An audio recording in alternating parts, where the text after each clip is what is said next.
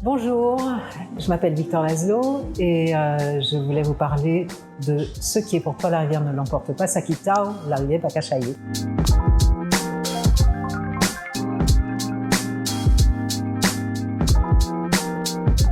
C'est l'histoire d'Olvidia, qui est une jeune fille née en Martinique, dans une plantation, sur une plantation plutôt, et à qui il arrivera toutes sortes d'histoires, de drames et de quelques bonheurs aussi. C'est l'histoire d'une émancipation, l'émancipation de deux femmes au XVIIIe siècle, un petit peu avant la Révolution française.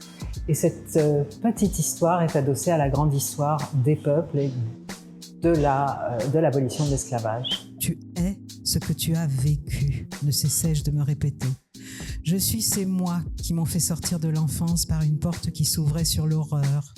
Je suis cette jeune femme encore debout que le viol n'a pas tuée. Je suis un maillon de l'interminable chaîne de mes semblables dont la destinée fut moins clémente que la mienne.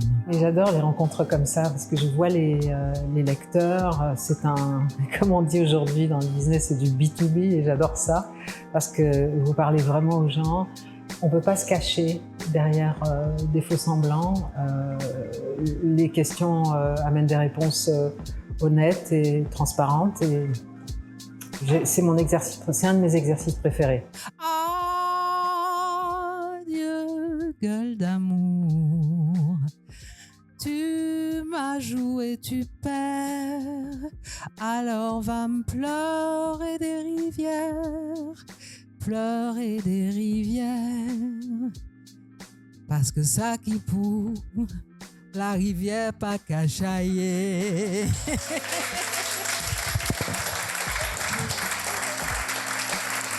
C'est la 3e édition du festival En Pays Rêvé, qui est un festival qui s'adresse à tous les publics. Et le point de départ, c'était d'amener la littérature vers les lecteurs, ou vers même ceux qui ne sont pas des lecteurs, de leur faire découvrir les univers d'écrivains du monde entier, des écrivains qui viennent d'Amérique du Sud, d'Amérique du Nord, de France métropolitaine, d'Afrique, en Martinique.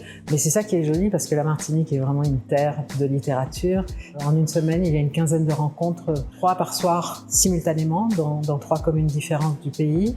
Et tous les matins, les 18 écrivains se déploient dans tous les collèges et lycées du territoire à la rencontre des élèves.